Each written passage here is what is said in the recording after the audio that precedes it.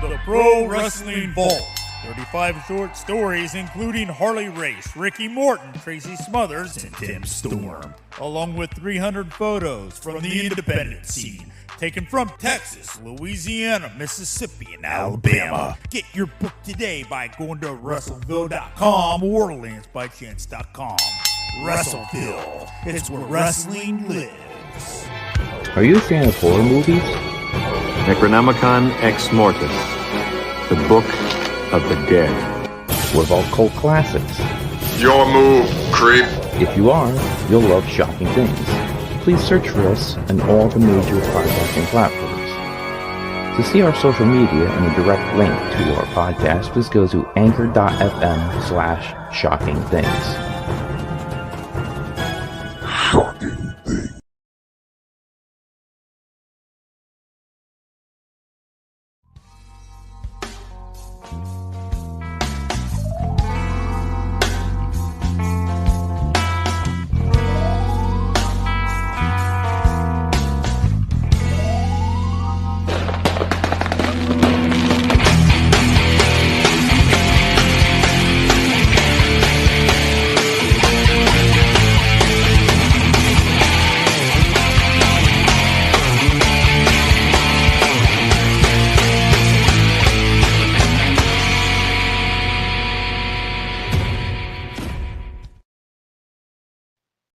And hello, everybody. This is the NWA Spotlight presented by PWC. I am Rick Del Santo, and joining me, as always, Micky Byggs. How are you, sir?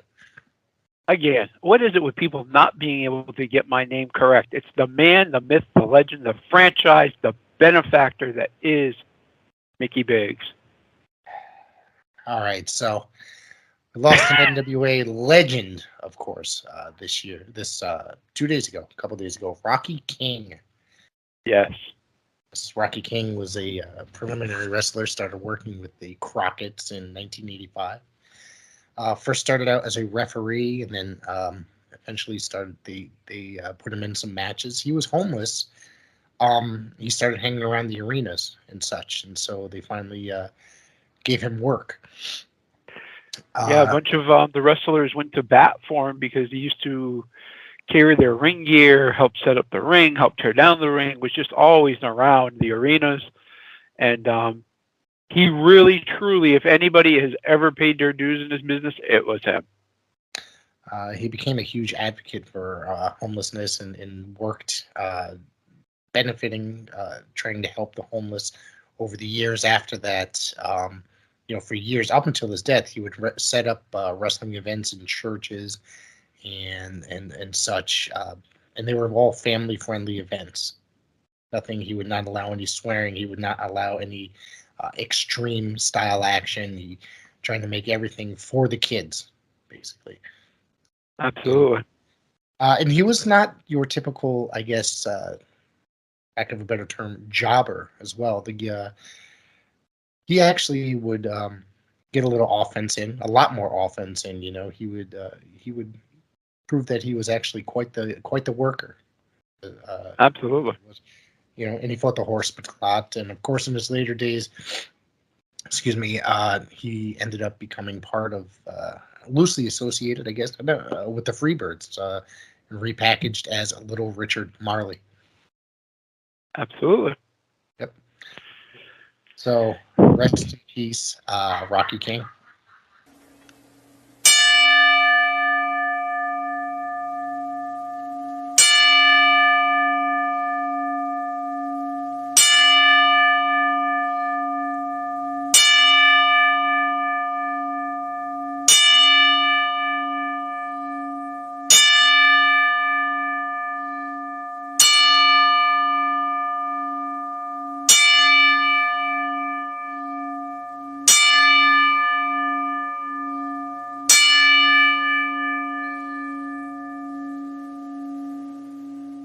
Of course, NWA USA this week.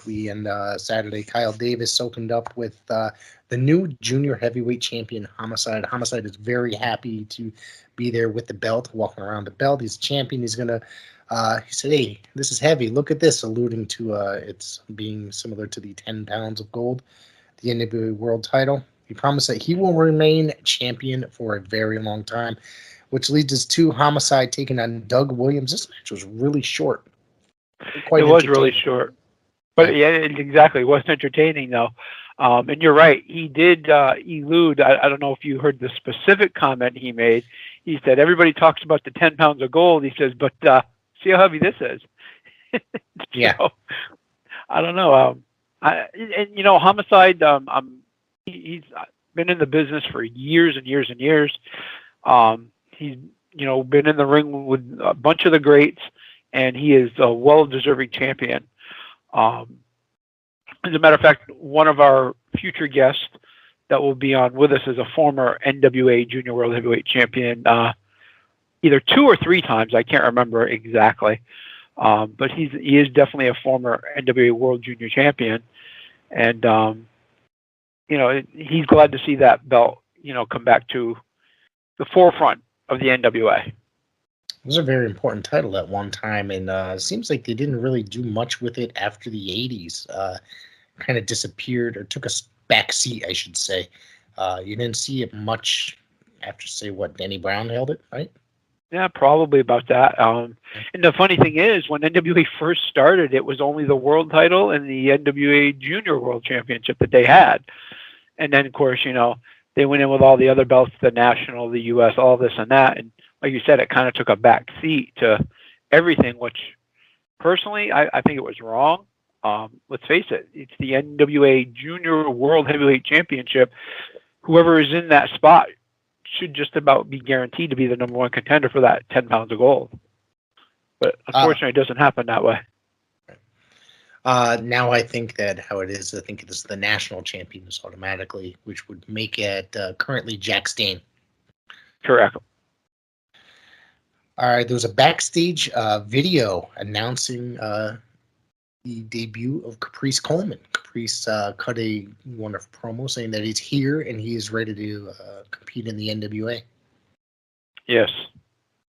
Of course, Caprice has been around quite a long time. Ring of Honor. He had the TNA stint as well.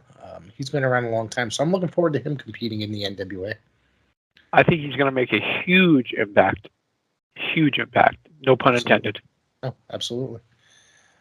Carrie Morton defeated Gustavo Aguilar. This match was just about a minute, 2 minutes. It was nothing special. Was it that long? Yeah, maybe. Probably about a minute, honestly. It was Carrie Morton. What do you think of Carrie Morton? I've been a fan of his father's for many, many years. I think he's this kid's pretty good. Yeah, he is good. Of course, I've seen him a couple times, tag with his father on a couple different occasions. And, he's really, really good. He's got a great head on his shoulders for the business. Of course, he's learned from his father, so he's learning from one of the best that are out there. Right. We're going to get into some Ricky Morton talk a little bit later as well. On top of that, Mae Valentine interviewed the NWA National Champion Jax Dane. She talks with him about the upcoming #1 contender match. Dane says both Marseille Rocket and Jay Bradley have no right to earn a title match since his contract forces him to defend his title. He will do it. He makes it clear once again that Rocket and Bradley are not on his level. I kind of have to agree.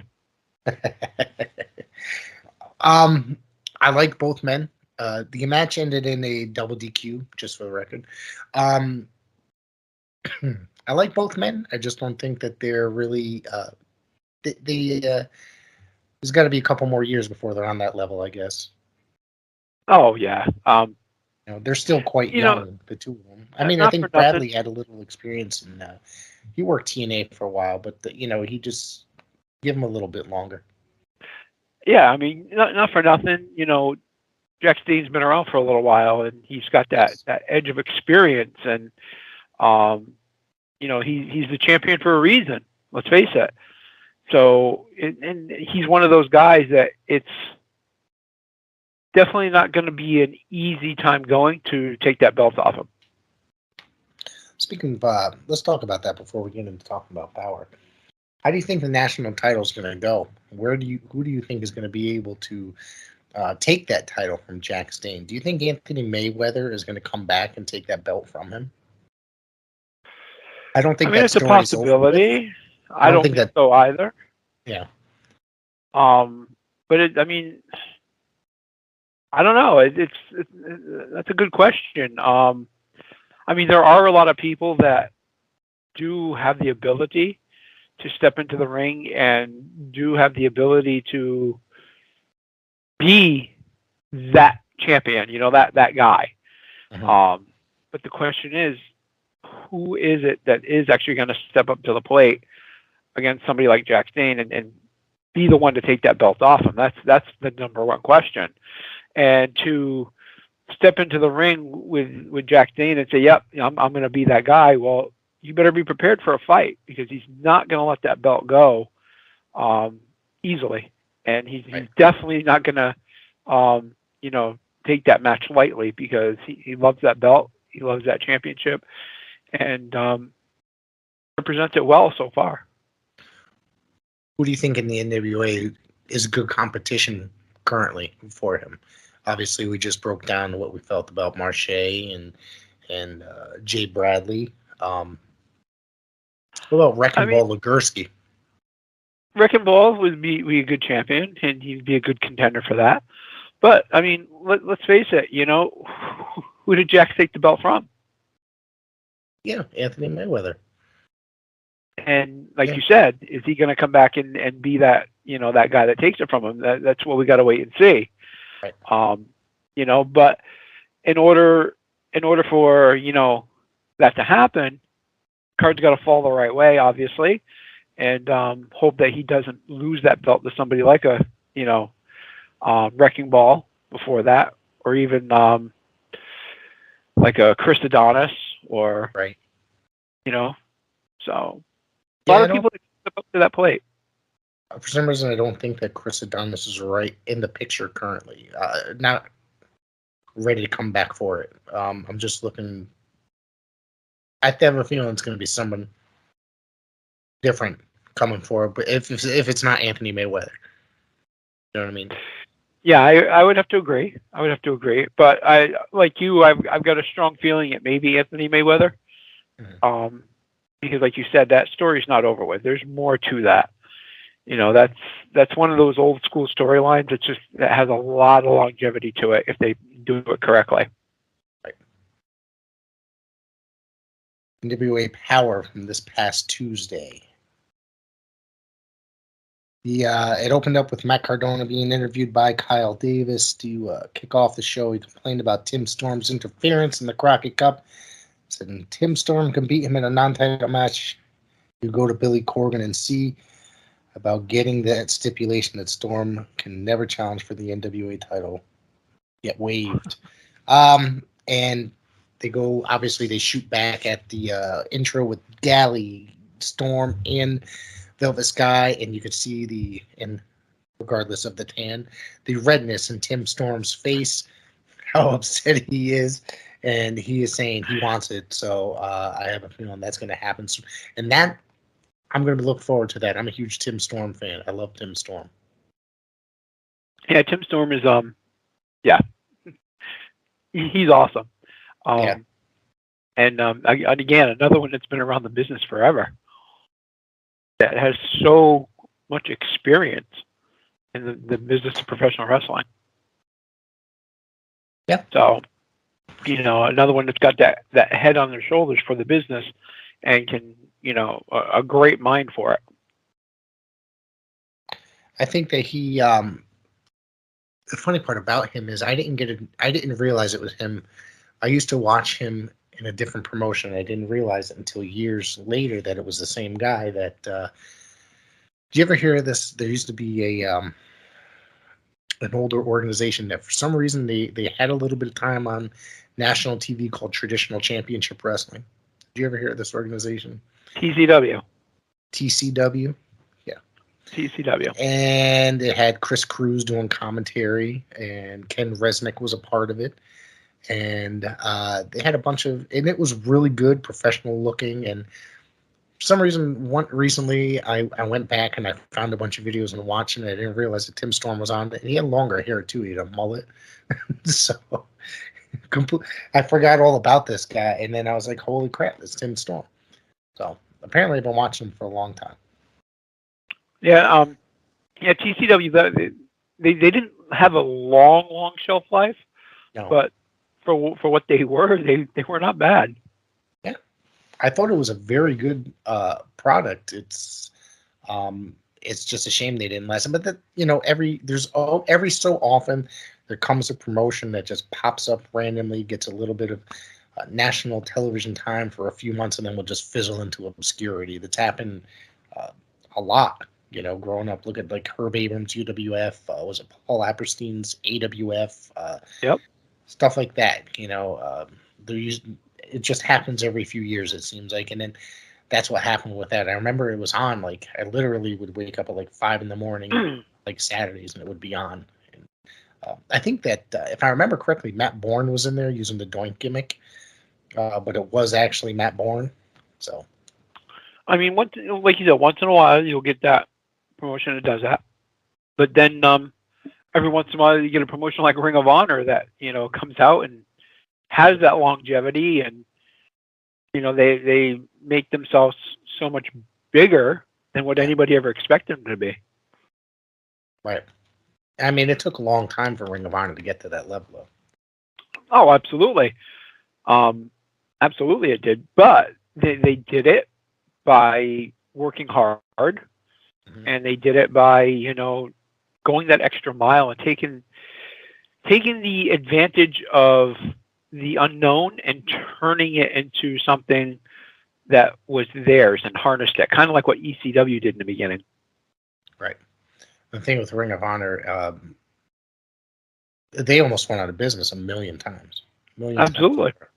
It was like they didn't know for years if they were getting from one show, if they were going to go to the next. It was always, it's most likely going to be our last show. I hear Cornette talk about it a lot on his podcast. I've heard, I've read about it. A lot of people thought that it was going to happen. It's true. A lot of people thought it was going to happen. I mean, and a lot of people was probably sitting there going, well, why are you guys talking about Ring of Honor? This is an NWA show. You're right. But there is a connection there that a lot of people probably don't know about. And that is the fact that a former NWA world champion was part of Ring of Honor, helping them out in their locker room. And that was none only than Steve Carino. Yep. Steve Carino was there for a very long time. Yep. So that's why the connection is there for Ring of Honor and the NWA podcast. So the NWA Women's Champion Camille defeated Maddie in a non-title match. It was Natty, just Maddie. She was introduced at this match. Was literally nothing. Not much to speak about. Yeah, it was not much to speak about. But I like Camille as the champion. Yes, absolutely. Do you realize There's something about that? She walked out here, she's supposed to be the heel, and she got quite the pop. I think yeah, I know. Yeah. It seems like that's where it's going in the NWA. Like, they just cheer for whoever they like. I mean, and that's how it should be. I mean, you should be able to feel free to cheer for whoever you want to cheer for, boo whoever you want to boo. And that's one of the things that always made The Rock and John Cena so great, is they just went with it. Mm-hmm. They didn't care about the boos. They didn't care about the cheers. It was, they went with whichever way it turned. Right. And had that ability to adapt to it right there in the middle of the ring at that given moment. And, as you just said, that a lot of the fans for the NWA are doing that very same thing. I'm hoping that the boys in the locker room and the girls in the locker room will learn to take advantage of that and do just that same thing and switch it up, as quickly as necessary as needed. I mean, let's face it, it's the fans who make or break the wrestler. Right. They love you, then you're gonna get that ovation, then you're gonna go places. If they boo you all the time, and then you're going to go places because you're still, as they say, putting asses in seats. But if you go out there and they have absolutely no reaction to you whatsoever, see ya, have a good day. We don't need you because you're not doing anything for us. And that's happened a lot, quite often. I mean, I'm sure you've been involved in the business for 30 years. I've been a fan for damn near 40. So it's one of those things where you've seen and I've seen people walk out and people have no reaction whatsoever. People don't even care. I've been part of matches like that. Right. I mean, I'm in the ring and they introduce my opponent and they come out and they're like, yeah, okay. What's your point? Yeah. And at that point, it's obviously I've got to try to, I'm the heel. I've got to, maintain my heat. So now I've got to figure out what I can do to get him over, to get the crowd behind him, to make me that, look like that heel. It's not always easy, but you got to learn to adapt. Right. Let's see. The Pope was interviewed by May Valentine in the back. He wanted to let Cardona know that he's coming for his title. Pope also said he understands that Trevor Murdoch is coming from his recent change of attitude, but doesn't want him to forget who stood with him and where he comes from. I think that if it's the Pope and Cardona, I mean, it's about time they start putting the Pope in that title picture, that 10 pounds of gold title picture, because that's been talked about for about the last year, and he's quite deserving of a title shot by now. Former television champion, the guy's over. The guy's probably one of the best talkers in the professional wrestling business. Yeah, I would have to agree that he's there's not many that can compare to the Pope on the mic. Right. And if you are that person that can compare to him, then you're probably in one of the bigger promotions like AEW, Impact, WWE, because they're outside of that. There's not many people on the independent circuit, and certainly nobody that I've really seen that comes close to Pope's ability to be on the microphone in the NWA. I mean, there's a couple people that are close, but Pope is one of the best, if not the best, in the NWA. Correct. I think you're right. Let's see. The Cardona family, VSK and Mike Knox, take on the ill-begotten Jeremiah Bucket and Rush Freeman. This is I don't care for Mike Knox. I never did, probably never will. In WWE career was nothing special to talk about. VSK I like a lot, and I liked his work in Ring of Honor. I think he was in Impact quite a bit. Yeah. But like you said, Mike Knox, I can do without him. Cardona, well, we already went over how I feel about him. Yeah, but then we're going to talk about him a lot in the future, as long as he's NWA champion. To me, it's really truly a good thing, and I don't say this with any disrespect to, the former champions, Harley Race or or Dusty Rhodes, any of them. But it's a good thing they're gone and past, because they'd be rolling over right now. I really think that they would be boycotting NWA for putting that belt on Matt Cardona. Really? Yeah, I mean, I heard Ric Flair saying it was a good choice, but I don't know. I don't like him as champion. I don't like Matt Cardona. His attitude, and you realize that obviously being part of the business, I know that it's a character, it's a storyline. But the problem is with Matt Cardona is he has that same storyline everywhere he goes. And yes, he's bringing, all that recognition to the NWA and the NWA World Title picture. But, I mean, he's blatantly being disrespectful to legends like Mick Foley, and to the point where even somebody like Mick Foley was like, Matt who? The FM. Well, wouldn't you agree that it's sort of like he's doing that as part of his character and as part of a storyline in a way? And that's what I said. It is a yeah. storyline and it is his character, but I just think he's too abrasive for the fans to actually, the old school fans to latch onto. The old school fans of the NWA, the ones, the fans that remember what the NWA was. I just think he's too abrasive for them to latch onto, and he's not going to get the draw. He'll get the newer people, but the newer people are not what makes the NWA. It's that old school. I get that, but like I said, the one thing is that that the only reason I feel that he has the title, and like I said before to you, is that because he gets attention, he's wildly popular right now. Do I think he's my favorite wrestler? Not by a long shot. He's not, anywhere near that. I don't think he's really all that interesting. But like I said, there's a lot of eyes on him, so that's pretty much the reason why they went in that direction. Absolutely, and I get that. And the reason why I do agree with it is because I love the NWA and I want that kind of attention on the NWA. Maybe it's going to draw those fans in that would not normally watch the NWA because they're Matt Cardona fans or they know him from GCW or wherever the hell. And I will give you that, but I'm going to rebut it with this now. What happens to those same fans when he does drop the belt? Now they're going to be gone.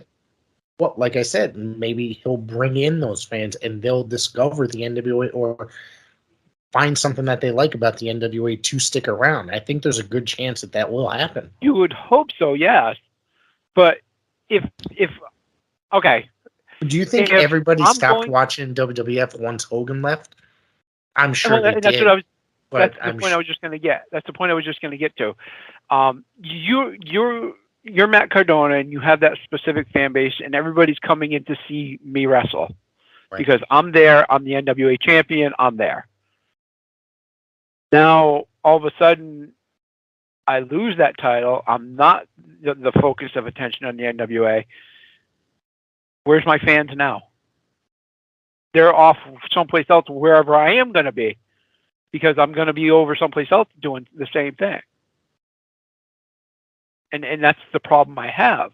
That it's an attraction, but what happens when that attraction is gone? Yeah, but that goes with any wrestling promotion, though. You think about it. Yes, and no. But we got to remember that, like old school NWA, there was no attraction. It wasn't, an attraction. The World Heavyweight Champion went territory to territory, but it wasn't built as an attraction. It wasn't booked as an attraction. There wasn't a specific fan base for that person. It was for the NWA. It was to see who was coming out. If Dusty Rhodes could beat the Black Scorpion in the steel cage and the Black Scorpion had to take his mask off, everybody knows it's Ric Flair, so everybody's there to watch it. But if Ric Flair left the NWA and went to the WWE, oh, wait, he did. Everybody still stayed with the NWA/WCW because they were fans of that. They weren't necessarily a fan of Ric Flair. They were a fan of that. And that's what I'm afraid is going to happen with the whole Matt Cardona thing. That, yeah, you might get the handful of people like, oh, you know what? This is great. We need to watch more of this. But what happens on the flip side when on the other side of that coin, when everyone's like, well, Matt Cardona's here. Why do I need to be here? There's nothing going on here now. I don't expect to see him sticking around after he drops the belt either. He's only here exactly. He'll only be here for a cup of coffee. Let's be honest with you. Exactly, and that's my point. And that's what I'm afraid of. That's what I'm afraid of him having that belt for too long. That it could hurt them more than it's going to help them in the long run. Yeah. Well, I think we'll just have to see how this plays out. Because, obviously, I think he's going to be here a little while. But like I said, I don't think he's going to be here for that long. It's going to be a few months. So I would say 3-4 months, maybe. Yeah.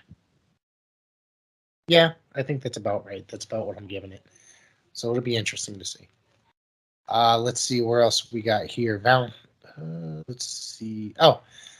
Kyle Davis interviewed Chris Adonis in the back. Davis asked Adonis about Latimer's comments that Strictly Business is finished. Adonis said he's better as a solo act anyways. He's going to try and regain the national title. I don't think that that's what he says. We were just talking about this recently. I don't think that he's going to. I don't see him in that picture. Do you see him turning babyface and going after Jack Stane? Or I don't see Jack Stane turning babyface. He just turned heel not so long ago. Yeah, and I definitely don't see Chris turning babyface. He's too good at being a heel.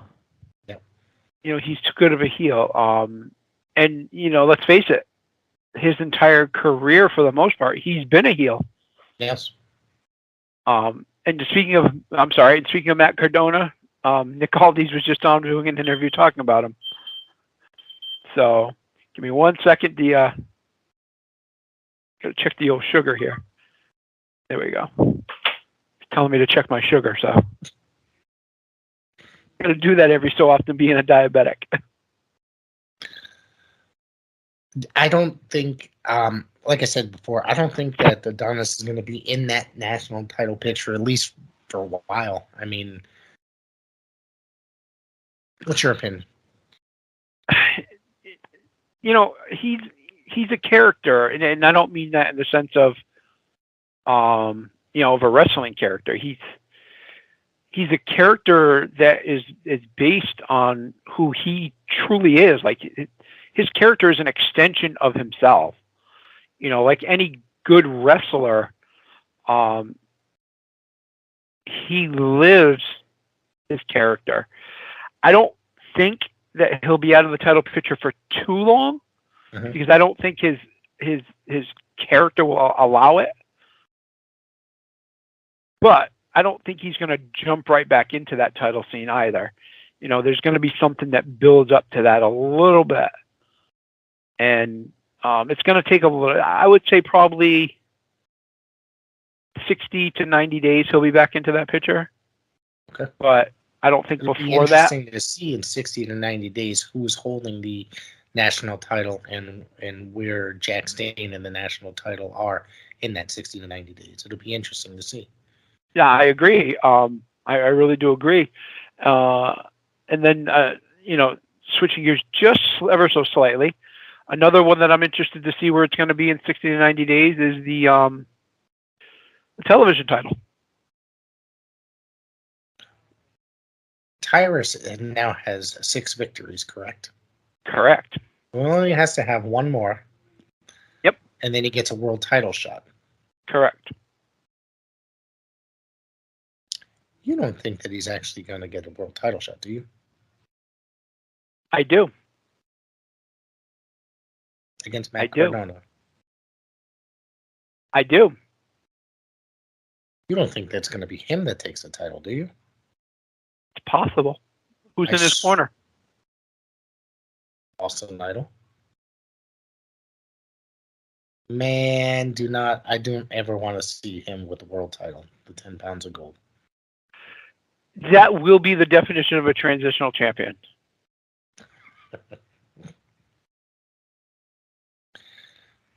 Okay.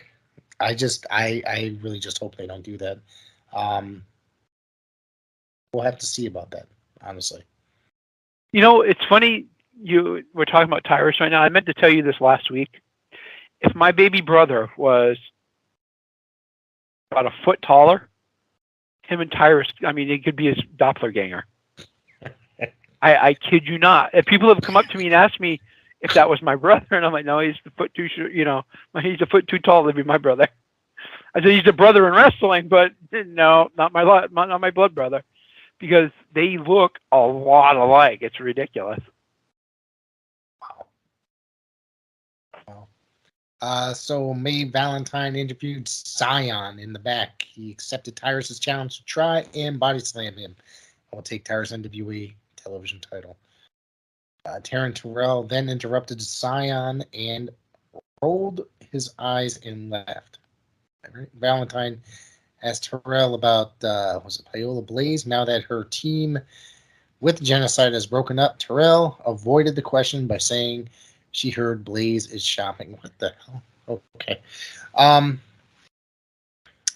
The Body Slam Challenge. This is where we're going. We're talking about the television title. You don't think Scion's going to do it? The Masked Man. I mean, it's possible, but I don't think it's probable.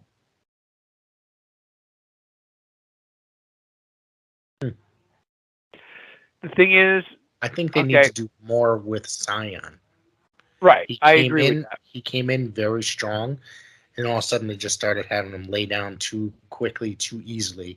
And I think they should have had him and built him very strongly before he would take a loss. You get what I'm saying here? Built him as... Oh, I agree. And, you know, like you said, he came in strong, and all of a sudden now it's almost like Scion who? Yes. Like you know, it's like he's that forgotten gem. Yeah. And yes, he's the diamond in the rough, but I think he's broken through that. You know, I think he's broken through that diamond a little bit. You know, wiped off that coal dust, and you know, in a match, like he had his mask cut open and it was bleeding. And who was that against? Was that against Tyrus? The match where he was. I think so. Yeah. Yeah, I'm trying to remember exactly. I'm sorry for anybody if I got that wrong, but you know, he got squashed on quite a few occasions, and he's been teamed up with like enhancement talent, if you know, for lack of a better term, like I said. And it's kind of sad because they, like I said, they built him as this strong guy, the mystery man. He was going to come in and crush a lot of his opponents. And it had a lot of potential. I think the character had a lot of potential coming in like that. Yeah, I think one of the reasons that I like Tyrus though is Like on more than one occasion, he has paid homage to the late great Ox Baker by using the heart punch. Okay. So I think that's what kind of draws me to Tyrus a little bit. But the thing about him is he's like a modern, and I know that I'm going to get crucified for this by some of the fans for saying it, but hear me out what I'm saying. Ability aside, just sheer size-wise, okay, he's like a modern-day Bundy. I'll go with He's that. got that. Yeah, I get what you're saying, Bundy size. Does he have that talent? No. But he right now is the NWA's version of Bundy that people need to contend with. Whether the fans like him or hate him, he's there, and the other wrestlers have to contend with him because he's that force behind, you know, the immovable object, so to speak. Right. And you know, the fact that they're doing the body slam challenge, that brings reminiscence to Bundy, John Studd. That brings all that old school stuff into play, which I think is really good.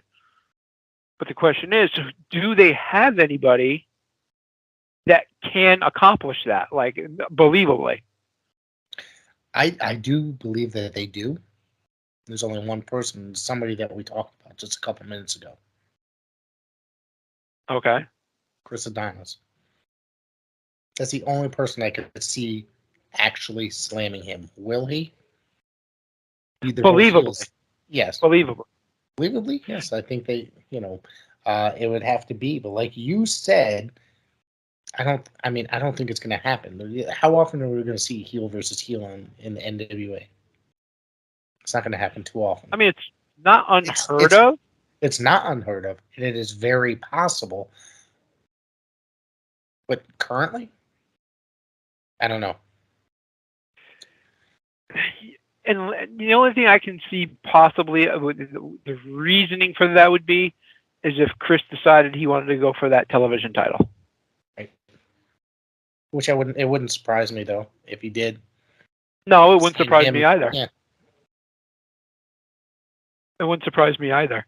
Trying to think of anybody else. What about Odinson from The End, the tag team The End? Yeah. He's kind of big, kind of muscular. He could probably do it. You just disappeared. Oh, what's his name? I can't think of his name now. He's not the most muscular guy, but he's a pretty, decent sized guy. For the life of me, I can't remember his name. He's his manager's James Mitchell. Oh, Judias. Judias, yes. Yeah. He might be able to do it. That's possible. Yeah. Believably, he's potentially got the size. He actually reminds me of a young like warlord barbarian type. Yeah, I get what you're saying. When I first saw him, I was like, wow. I was like, you got that character. He did work. He did work in the NWA prior in NWA Anarchy, and yep. Was he in Wildside, or was that a little bit too early for him? I think he might have been in Wildside as well. I know he worked in that NWA arena down there. I think he might have been in Wildside. I'm not 100% certain. Probably it's its later days, but I know he definitely worked in the Anarchy days where he was still part of NWA.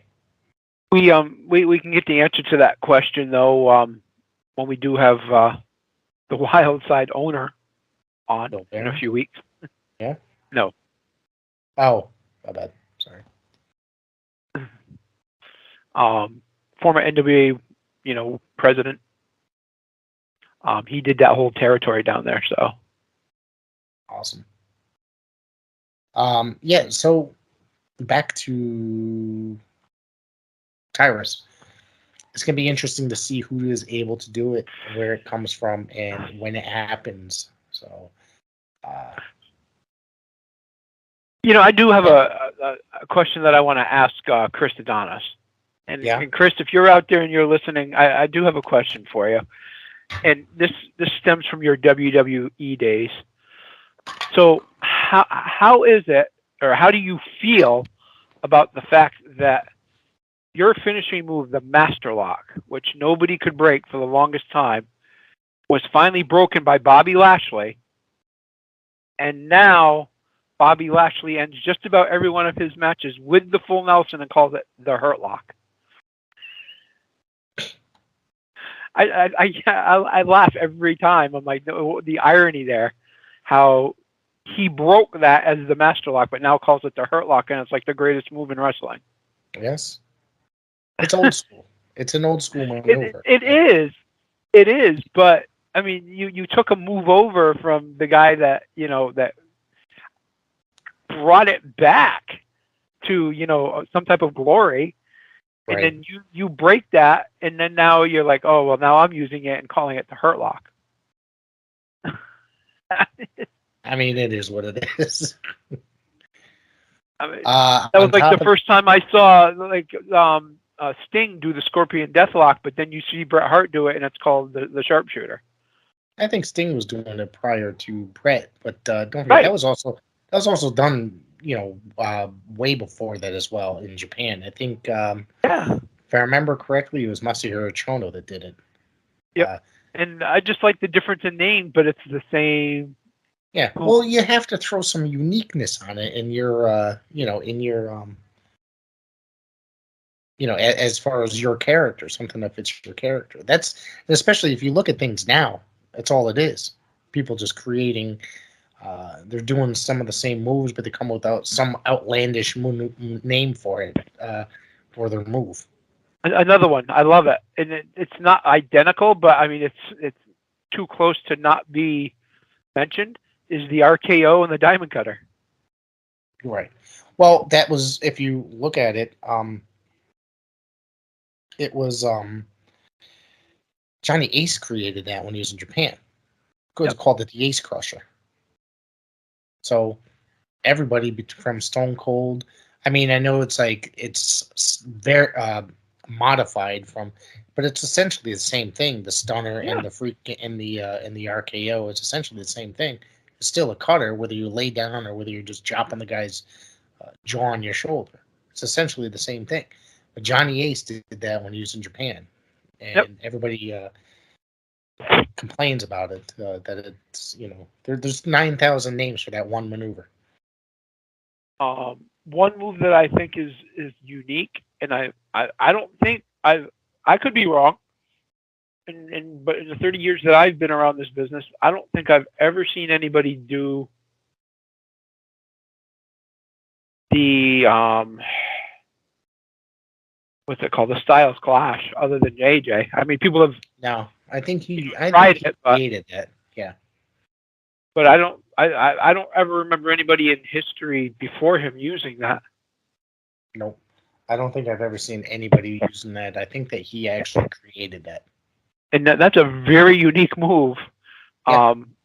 And the thing about it is, he does it with such precision, and that, I mean, if you like really watch that, you can see potentially how that can really mess somebody up if not done correctly. Just dropping your whole chest and stomach and face onto the ground. Yeah. I mean, you can really do some serious damage. Yeah. Let's see. Nick Aldis defeated Deontay Marshall in a squash, pretty much. Submitted him with the cloverleaf. And then we went to the main event. La Rebellion defeated the End to retain the NWA World Tag Team Championships. La Rebellion is on a roll. Those guys are great. Yes. Very good tag team. And I think the End, personal opinion, those guys keep getting shafted, it seems. They're a very underrated tag team. And they're not. I think that they need a tag title run. This is just my personal opinion. I like Odinson. Yeah, no, I agree.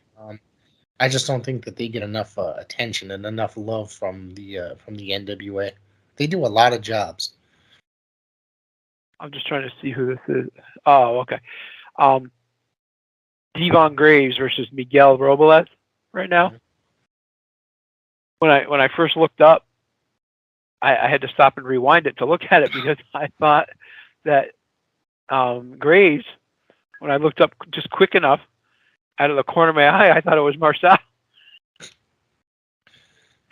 But then I realized he's probably about 100 pounds heavier than Marcel. That's funny. So, yeah. What else we got here talking about the NWA? We got a few minutes left. I mean, the NWA is an up-and-coming promotion. Well, I'd say the new NWA is an up-and-coming promotion. Right. I think starting next week, we should get into a little bit of the history of what made the NWA the NWA. Okay. One of the things that I spoke to you about last week, and I actually sent it to you, was the whole thing about Abraham Lincoln. Yep. And he was, as you read, was recognized by the NWA and was inducted into the NWA Hall of Fame. So we'll discuss Abraham that Lincoln. A little bit further. I'm gonna do a little bit more research on this and put some stuff together when we do, as I said, celebrating the history and the legacy of the NWA, past, present, and future. Absolutely.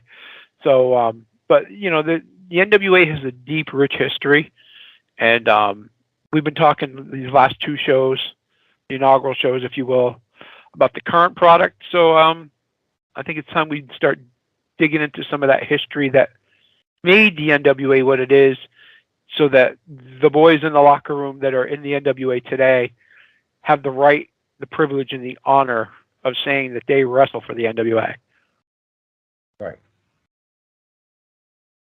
I've was part of the territories. I earned that right. I earned that honor, and let me tell you, it was an honor to wrestle for a company like the NWA. And even though I never made it to the world title picture or the main title picture of any of the the main titles for the NWA. Like I said, it was an honor just to be in the ring with some of those guys, or even say that I was working for the same company as some of those guys.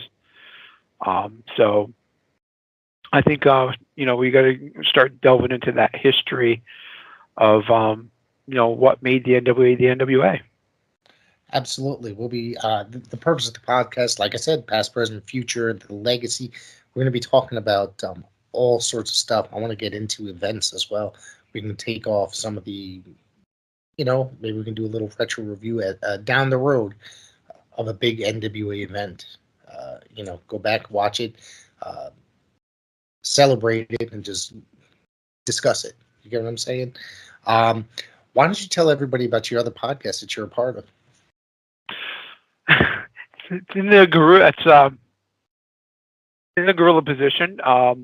We actually do two different shows. Well, the group of us do one show.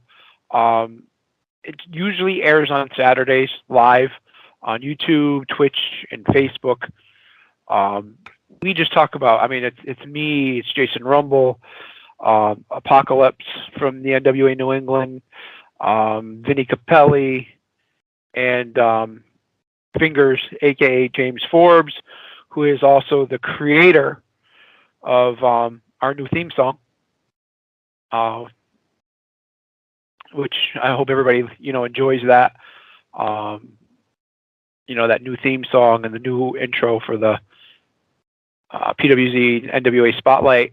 And we talk about a lot of different things, a lot of wrestling. This week we are airing live, actually tomorrow, we're airing live. We're doing an entire night of a WrestleMania preview. And usually on a Wednesday night, so that would be tonight, Jason Rumble, the Boston Bad Boy, former NWA World Junior Heavyweight Champion, my brother from another mother, my tag team partner, my brotherhood brother, does a show in the Gorilla Position with by himself. It's called Being Humble with Jason Rumble, and he brings in whoever he has for a special guest, just sits down and talks to him, gets to know about him, and like I said, just makes them humble. So that's in the Gorilla Position. You can check us out, like I said, on Facebook, Twitch, and YouTube. And we got a lot of shows that are archived on YouTube right now, and just tune into Facebook for updates on when you can tune into a show. And what time is that on Thursday? Tomorrow it will be on starting at 8:30, I believe. 8:30. Okay. Luckily, I'll be home in time for that. So I'll be tuning in. I urge everybody that's listening to tune in, go into the Gorilla Position Facebook group. It's in the group, correct? Yes. Yes. So, and tune in. I tuned in for the first time last week, and I had a blast. I thought it was entertaining. Yeah, it's a great show. As you saw, there's a lot of strong opinions. Yes. The guy I was talking about, Fingers, James Forbes, who's like I said, when it created our theme song, he also created the theme song for in the Gorilla Position, but he's usually on air with us, but every once in a while he'll just sit and chat, and he'll annoy Apocalypse, he'll annoy Mike King, and he does it to all of us, but he really gets under Mike King's skin. And some of the posts that will go out, you just see the occasional comment from him, you clown, and that's his favorite thing. And I've known him. Oh my God, I've known Mike King, aka Apocalypse, Stiff Mike, whatever you want to call him, probably about 20 years now. And that's him. That's a lot of people in the wrestling business have characters, but that's him. Like, that is him. And he comes off as abrasive, but I absolutely love him. He's one of the the best people I've ever had the honor of sharing a ring with. He's a former tag team partner as well. We were part of a group called the Seven, where he wasn't a person that talked. He was like Kane was in the beginning, where he didn't talk. Right. But instead of a mask, he used to, paint his face the black and red, like the what's his name there from Star Wars? Darth Maul. Darth Maul, and I think he was doing Darth Maul before Darth Maul was ever even in existence. And he actually started out as part of a tag team originally. It was him, and I can't remember his tag team partner's name, but they were called, I can't remember what they were called now. Oh, the something of darkness, Kingdom of Darkness, KOD. Okay. They're originally KOD. It was him and his tag team partner. His tag team partner did the same face paint and everything, but he was blue and black instead of red and black. And then eventually I became part of the Kingdom of Darkness after they had left. And then from there, the Kingdom of Darkness ended up morphing into the Seven, and Apocalypse came back. But again, he was always that guy that didn't talk. And like I said, I can't speak highly enough of him. He's a great guy, great worker. Jason Rumble, same thing, great guy, great worker. And if it wasn't for either one of them, and if it wasn't for Vinny Capelli, who was the main booker behind the scenes of the NWA New England, I probably would have retired a long time ago. But they saw something in me that they just wanted to utilize. And as Jason Rumble said a few weeks ago, when he interviewed me, he said, he goes, when I first saw you, I wasn't sure what I was going to do with you. He goes, and then when I watched you wrestle, he goes, it hit me. He says, I know exactly what I'm doing with this guy. And at that point, I still wasn't sure what he was doing with me. And then I was watching the replays of one of our TV tapings, and I could hear commentary at that time. And as soon as I heard commentary say it, I knew Jason's vision for me. And they literally were saying, oh, look, here comes Big DA. He is a one-man gang in himself. So I knew right there that that's where they were kind of leading me to be that one-man gang type character. So my character for NWA ended up being a cross between Taker and one-man gang combined. It's very interesting. So, yeah, no, I remember the NWA New England days. They were a lot of fun. I watched a lot of those episodes. You can find them all on YouTube if anybody's interested in looking those up. Looking up Micky Byggs, you'll be able to find them.